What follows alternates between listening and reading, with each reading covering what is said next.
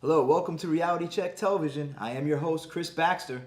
Well, tonight we have a great episode in store for you because we're going to dive right into pop culture, specifically the music industry. And what is the message behind the music? We're going to dive into the hip hop culture, and I even have a great band that's going to be in here today talking about how they grew up in the hip hop culture. But I have a question for you. Does the music industry shape our society? Does it dictate how people are going to live, talk, dress, behave?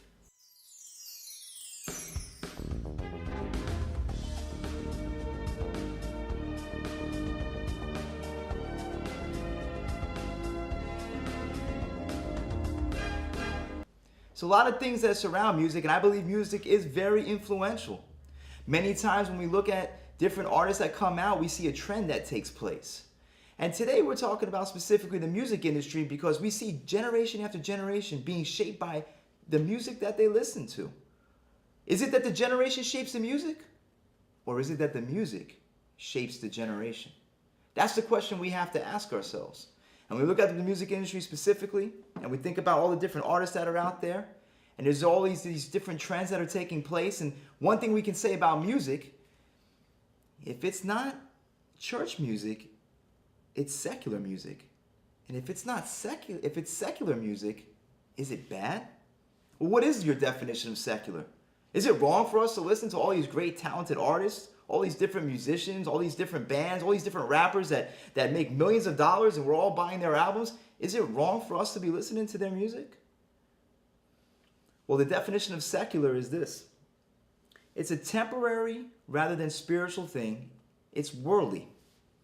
And secularism is the belief that religion and religious considerations should be rejected or ignored.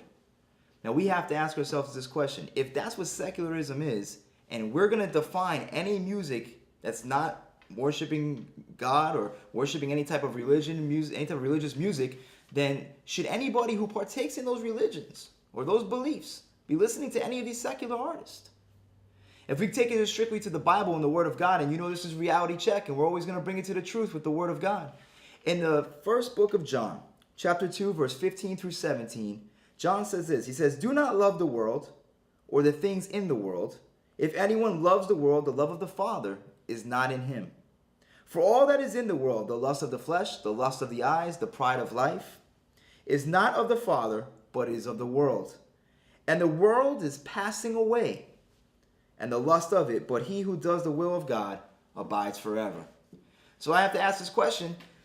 If we're listening to things that are worldly, things that are chasing the pride of life, the flesh of the eye, the flesh of the lust, the lust of the flesh, the lust of the eye, the pride of life, if those are the things we're listening to and that's what's building up, should we be listening to that?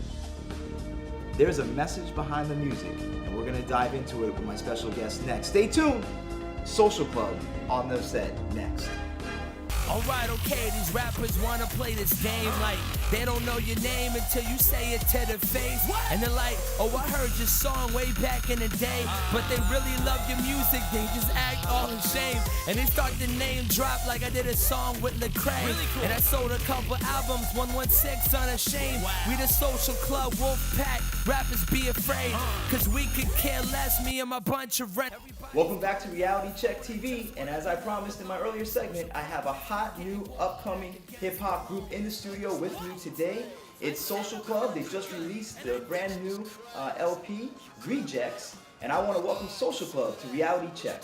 Social Club, welcome Marty Mark, Fernie, good to have you in the studio with us. So, brand new album just got released, top 10 on some charts. Yes. How you guys feeling? Feeling real good about that, you know. It's just, it's like a miracle, you know. It's not like every day. So many rappers out there. It's not like you wake up every day and you just be on the tunes, you know. So it's crazy. iTunes is a good look right now. All right. So many rappers out there. You guys labeled your album Rejects. Yeah. Some people may question, what does that mean? Anything behind that? Rejects basically, I guess you could say, it obviously comes from the Bible. We are a Christian group, whether we like it or not, because our music is directed to lost, directed to people who aren't in church. And Rejects is basically the people who are kind of like the misfits, the people who are cast it off like, they're no big deal. Those are the people that we believe God uses in extraordinary ways. Okay. So, rejects. So it's funny you mentioned you're a Christian group. My opening segment talked about the difference between secular music and what we consider church or Christian music, but specifically the hip hop culture. I mean, over the last 20, 30 years, it has just taken off. Everywhere. Why do you guys think it's taken off? You came up in it, obviously. What got you involved in hip hop, and why is it so popular today? I mean, me being a pastor's son too is just so weird because I remember my dad burning some of my old tapes. I used to like record off the CDs. I used to get it from some kid. We had like this Underground Railroad way again, like the Nas and all this other CDs into our ears. But the way I got into it was like that, you know, just a young man getting the Columbia House, getting the old CDs and stuff like that, just starting to listen to it, and I just loved it. You know, my dad was a drummer. I was just naturally into music. Picked it up like that, and it just stuck, man. It was something about it that, you know, you just couldn't deny it. I started doing it myself, so I that's just pretty much it, you know. It just stuck with me. Yeah, I think when I think of hip hop, I think of music of a generation. I mean, it's just the voice of a generation of kids who want to do music and they don't know how to play instruments. They don't know how to maybe play the piano or play the guitar, but they know how to use a computer. And, you know, we have a generation who loves computers, so they can tap on the keyboard, make a beat, and then you have somebody, you know, write a song over it. It's it's an easy but very difficult thing to do is to make music and to make hip hop. But hip hop, it just speaks of a generation. I mean, it speaks of, you know, hardships. It speaks of life, reality. Hip hop is not always happy. It's not always, you know, it's not always sad. It's however we feel, and I think that it's very relatable to a lot of people. So I think hip hop, like every other genre, is just speaks for that generation or a certain people group. So when you say it speaks to a generation, and we look at music and we see music through different generations, different styles, everything going on. Let's look at hip hop for a second, because you guys are obviously hip hop artists, and it's been very influential the last 20 to 30 years. And we see how it started out. Is hip hop in itself lend to more negativity than positive? And let me preface this by saying this: when it first started out, it was about two guys ciphering. Two guys, I'm gonna battle you. One of us is gonna rhyme better. Somebody's going down tonight. And then it just kind of took off from there, from the beats. The West Coast got involved. We had groups like NWA in the late 80s who didn't even call themselves a rap group. They basically saw the gangs and you know, and associated with what they were seeing, where they lived. And then if you go to the South, with the, you know, what better term I guess we can use, they call it booty music. You know, so there's all these different sinful acts that continue to follow this genre. And the reason why I bring that up, I grew up in the 80s. I graduated high school in the early 90s. I did listen to hip hop. I did listen to rap. When I got serious with my walk with God, I got to a point I couldn't listen to it no more. I had to get rid of everything I had, the cursing, the anger, all the different things that were being portrayed in the music. And I think that there's a stigma out there, and this is probably why Christian hip hop hasn't maybe caught on as much as Christian rock and Christian contemporary music, is that there's this negative stigma with hip hop. And is it justified? Well, I think it's negative because, well, first off, I believe that people don't look at hip hop like it's real music, because a lot of it is digital, it's analog. It's, you know, made through a computer or through a system. It's not, you know, playing the guitar. Sure. So people disqualify it as a music group. So even when we say, hey, we're in a hip hop band, people are like, oh, that's why we consider ourselves a band, because it totally just changes the rap group, and it changes the way you look at us in our first impression. I think that every genre has a negative impression to it. Whether rock and roll, whether generations looking at Elvis on the television dance with his knees, every genre has almost like a negative stigma to it. But hip hop, I think, gets it worse because it's more of, and I hate to say it like this, but hip hop was never, when it was originally started, directed towards, you know, like people who were wealthy. It was directed to a generation of people who were struggling, and it was struggle music. Yes. And That caught on in the suburbs and made it a multi-billion-dollar business. And now it is too, because the people who run hip hop, the labels and everybody, they are, and this is from an interview actually I just saw with E40 and Scarface, who is, you know, Scarface from the Ghetto Boys. Absolutely. He said that everyone above him, and he's the president of Def Jam South, so everyone above him doesn't even listen to hip hop music. They're just white people who are just have a lot of money, and they just look at statistics. Whatever sells, they're gonna put their money on. It's funny you say that because it's not just rapping anymore. I brought up NWA. Ice Cube was a main member of that. He's a multi. You know, he's been in tons of movies. You see rappers now own their own businesses, whether it's clothing lines, record labels, part of sports teams. Jay-Z was one of the biggest artists out right now. You know, is just started opening a sports agency for athletes. But there's a message behind a lot of these guys' music that's anti-Christ. Whatever they believe on the side, and I know some of these guys are growing up in the church, but there comes a point, and I'm going to ask you guys this. Jay-Z, Kanye West, a lot of these guys are out there right now. You know, Jay-Z did a song, Emperor's State of Mind. It became like an anthem for New York. He did it with Alicia Keys. They played it at the Yankee games at the World Series. He's got a line in that song that says, "And Jesus can't save you." He says, "And Jesus can't save you. Life starts when the church ends." I believe it's in the third bar of that song. A couple years ago, he goes on a tour with Kanye West. I believe Watch the Throne tour, and they did an album together, and they had a song, "No Church in the Wild." I just want to read these lyrics to you guys. This is Kanye West. He says, "Coke on her black skin made a stripe like a zebra," obviously referring to cocaine. "I call that jungle fever. You will not control the threesome. Just roll the weed up until I get me some. We formed a new religion. No sins as long as there's permission." I mean, this is a guy that did a song called Jesus Walks, and churches invited him out to perform in their church. It's crazy. It is crazy. Yeah. And what's happening is, you know, these guys are selling millions of albums. We're a so-called moral Christian society. I don't see it. Because if that many albums are being sold, who's buying those albums? I believe many Christians are listening to these albums and think there's nothing wrong with it. Yeah. Definitely a gray area, you know. I mean, because It's gray, but we could bring it to black and white. Absolutely could be brought to black and white. Definitely a gray area in the sense that, I mean, I know a lot of friends of mine and me, even myself at times, I'm still being a musician, just listening to all types of music. So I know there's just different ways that people are still getting this stuff into their system, you know. At the end of the day, you know, everybody's got their own agenda. I don't know why Jay was in Cuba, you know. At the end of the day, everyone's got their own agenda. Everybody knows what they're doing through their music. Some people, it gets deeper than others. You know, I know with us, you know, we just follow what God's doing in our lives, and, you know, we know where we came from. I can't really speak on any other artists or what they got going on, but I do know, and I will say that I know that there is some supernatural things going on in the music.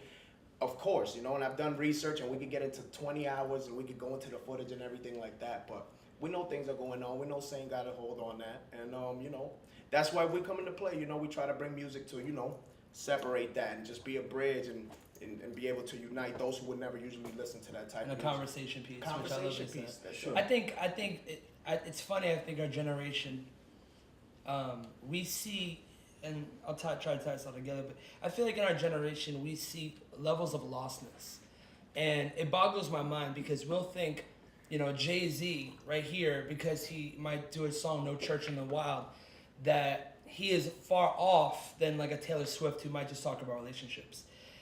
You know, and it's like we have these different levels of sin and different levels of what we think are people who are lost. So, you know, Taylor Swift not talking about church and Christianity, we think she's not so bad as Jay-Z is, and we put Jay-Z and we make him a villain, but at the end of the day, these are still lost people that don't know who God is. And I'm not one of those people. I could say this for us, and I know we accept everybody, but I feel like they need Jesus just like the world needs Jesus. And I don't blame a sinner or somebody who doesn't know Jesus. I don't blame him for sinning. It's almost like it's expected. Right. And I feel like for us, I want, even though people buy their album, they support them, I think that at the end of the day, they're still reachable. And I want us, especially Social Club, as we tap into the secular market, as we tap into different levels of markets, to meet these people, become friends with them, however that may work. So at the same time, you know, everyone loves Jay-Z. He gets a lot of respect, and it doesn't really surprise me that he might say, you know, this about Jesus and that about. But he's speaking coming up from a generation. This is how a generation feels. Well, this is a generation who's been raised this way. Yeah. And it's not taking a shot at him because there's so many other artists out there. They're all portraying a message, and that's why I think you guys may be a little different. I've heard your album. You have a song called Grace on there, right? Grace song. That has a lot to do with that. Yeah. And talks about that. And surely we know that these guys, in their own ignorance, but the problem that I have is we can't accept that what is evil. We can't just accept it as part of everyday life. It doesn't mean that we're going to shun people away, like you said, because we want to love them. We want to show, hey, because we were all sinners at one time too. So we don't want to. We're not trying to push people away. But my overlying concern is this: they're selling these albums at at record rates. I mean, Lady Gaga since 2008 has sold 64 million records. Now you take that into consideration with somebody like Janet Jackson, who's been around since 1982, has sold 100 million. She's almost there. Oh, absolutely. In 4 years. She'll be there soon. Yeah, so when you look at something like that, we look at somebody like Beyonce who sold 125 million records, including with Deontay Chop, and the different and this generation is sucking it up. And there's a message behind that music. We're gonna get more back with you in a moment. We're gonna get into how Social Club got involved as a band, where they come from, and what they see in their future. Be back in a few moments.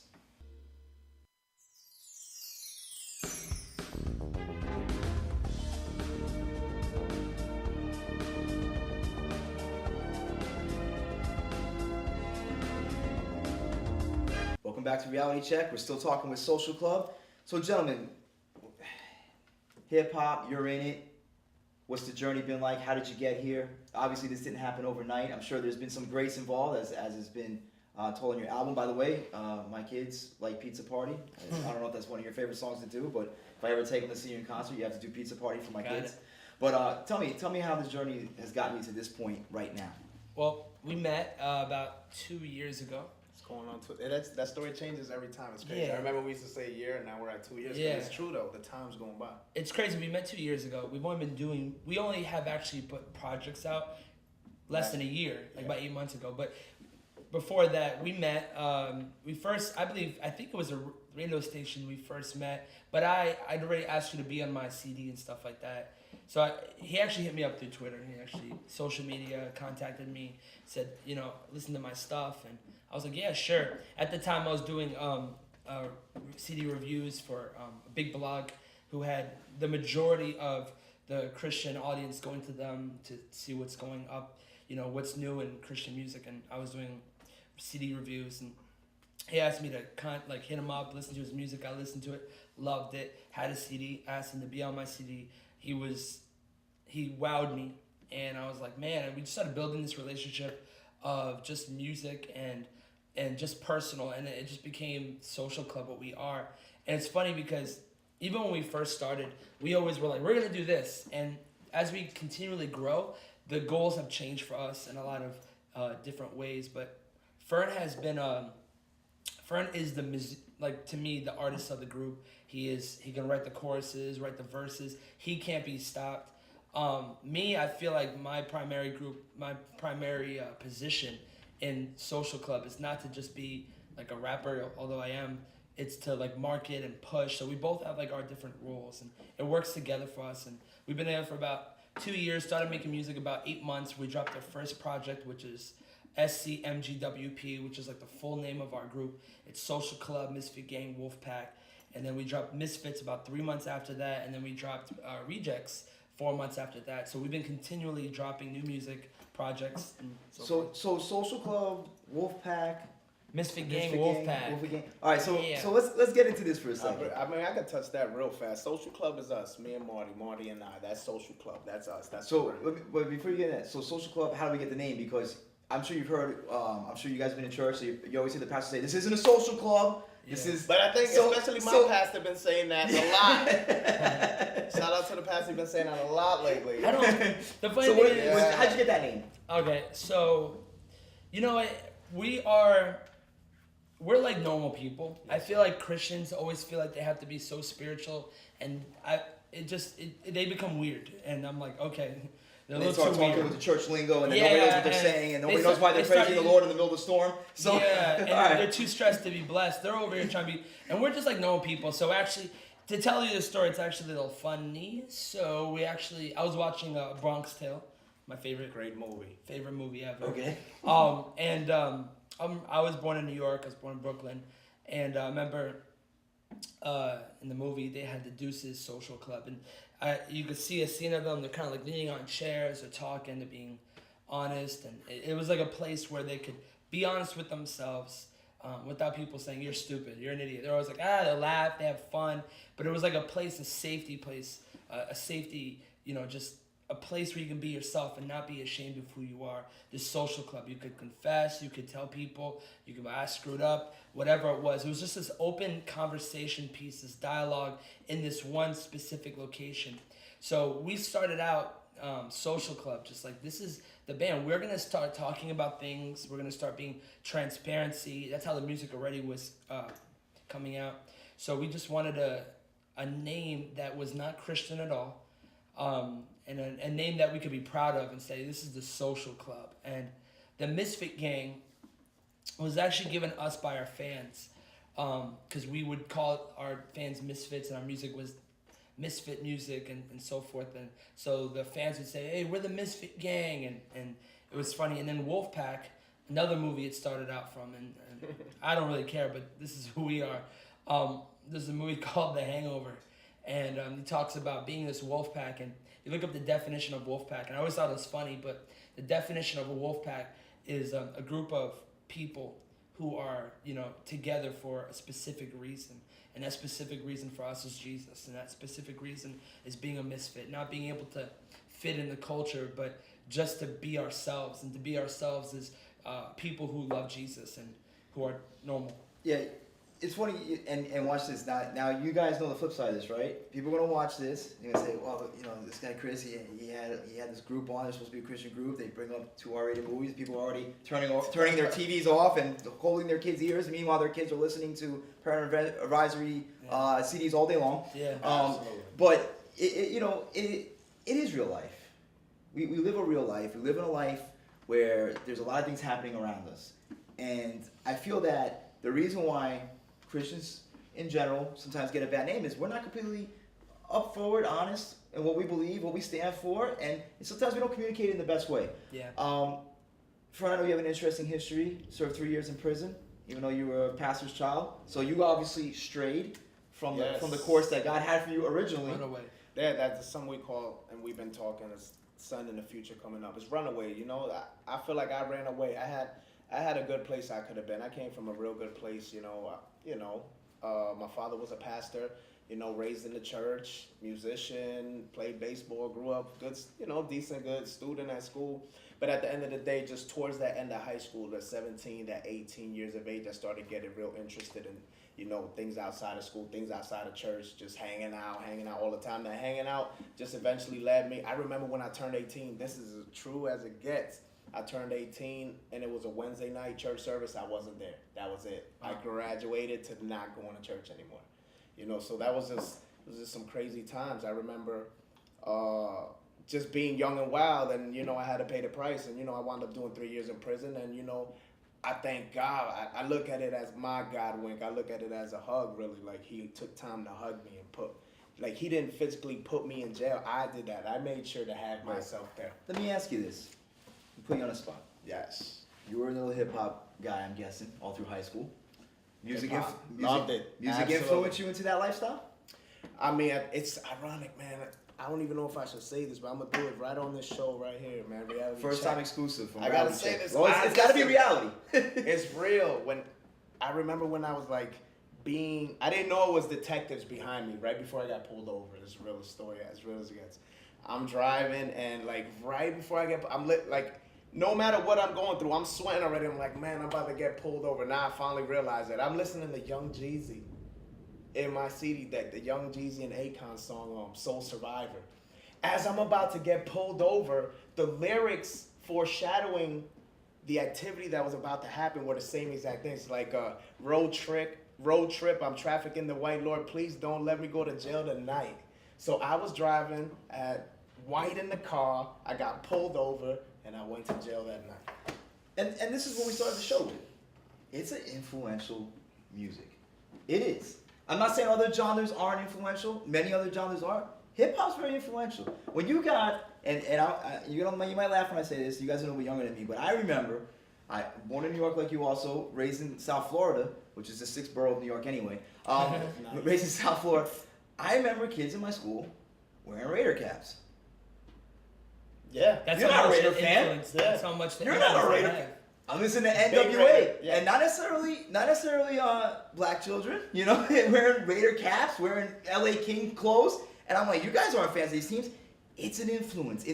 And what happens is that I think at a young age you're so impressionable that you really can't separate what is somebody else's reality and your own reality. Yeah. And you try to make somebody else's reality your personal reality, and that's where it becomes dangerous. That's where kids get in trouble. That's where they get mixed up with drugs and other things that nobody in their family would ever introduce them to, but they got separated somehow through music. Agree? You disagree? I agree. The funny thing is, this is the weird part about this whole story is, and I always say this, people were shocked, I don't really even listen to hip hop. So it's funny because he's such a hip hop head, and I don't even listen to hip hop. Now, the way I dress, maybe, you know, I'm wearing a hat. It looks like, you know, I'm a hip hop fan. I wear whatever I Misfit. want. Yeah, Misfit. This is our clothing brand. But I'm not really a hip hop fan. I've never been. I've always grown up. I mean, I grew up in suburbia. I grew up in, you know, rock and Nirvana and groups that were Another influential group grunge. for another day. Yeah, they were Another grunge. genre of I music. love that. And I love music that hits you in your soul and hits you in a place that you have an emotional connection. And the more I listen to hip hop, I mean, we have a lot of friends that do it. And if I could say anything, I listen to my friends who do hip hop. Not so much, you know, Jay-Z and all these different artists. But they have some of these songs give you such an emotional connection that you just relate to it, or you can listen to that song immediately. You're like, wow, I remember the first time I heard this. Yeah. So any type of a music that does that, and that's why hip hop is so influential to me, because it relates to people and it relates to a generation. So let me ask you this final question for this segment: Can Christian hip hop, if we can call it that, because some people have an issue with that, but we're gonna call it that. Can Christian hip hop ever make it to the pinnacle, such as Christian rock, Christian contemporary, Christian gospel? Will it ever? I feel Because like it's not there. I feel like and you this. guys have to know that, All and right. you're in it. So I feel like you're starting to see the ground breaking in that direction. I feel like we may be the stepping stone in that direction. So If Social Club's a gonna take it pioneer there. would have, or No, what have you, no. I think it's already being Yeah. taken there by. because on your album, you guys say you're the best. You're starting We to are the see best. that. You're starting Because we just say we're the best because we feel like that. I don't care about anybody else. But I think that there's people right now that are opening doors for Absolutely. us, And we're in the like hallway. Lecrae and even Bizzle and other artists that are hitting in. You know, they're getting into these different markets, and I do believe that Christian hip hop, and I believe in about 3 years everything will look different. But Yeah. and mark my words, but I believe that everything will change. It's just gonna not look the same. And we can't say it from a Christian rock Is it perspective. gonna look good, It's gonna look great. or is it gonna be a stain on the church? It's gonna look great. This is why it's gonna look great, because it's gonna come from a place of transparency.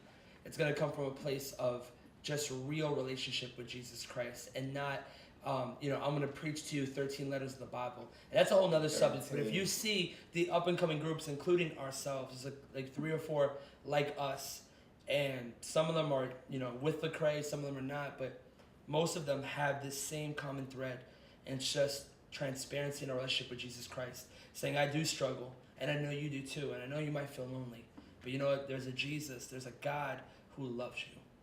All right. Well, you heard it here. Social Club is groundbreaking. And hey, my last segment is it a sin if I? And those that watch our show, they send in questions asking if something they do is a sin. You guys want to hang out for that and help me answer it? No? Yeah, of course. All right, we'll be right back with our final segment. Social Club, ladies and gentlemen. Ruler, and every interest given by him, don't let me fool ya. This present suffer is nothing compared to everlasting. So gonna make that on me, dead, put him in the casket. Plus he's bar none, just like these bars, son. Already drunk in the spirit, before the Welcome back to Reality Check for our final segment, and this segment is for our audience. You send in the questions, we try to answer them.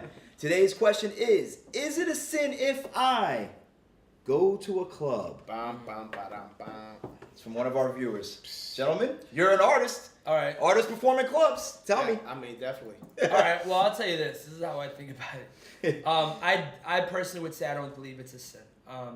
Why? The club is a building. Obviously, when you say club, there's always negative thoughts about whatever. It's what you do at the club. Obviously, that could be a sin. I have been to clubs. I don't dance. That's weird to me. I don't know how to dance. It's awkward. Even being in a club, I don't know what to do. I'm like, okay, people are just... But I have been in environments where I'm in the club and I'm just hanging out at a birthday party, or I'm hanging out at a party where we're celebrating someone's graduation and we're all together. We might be in VIP. People might be drinking.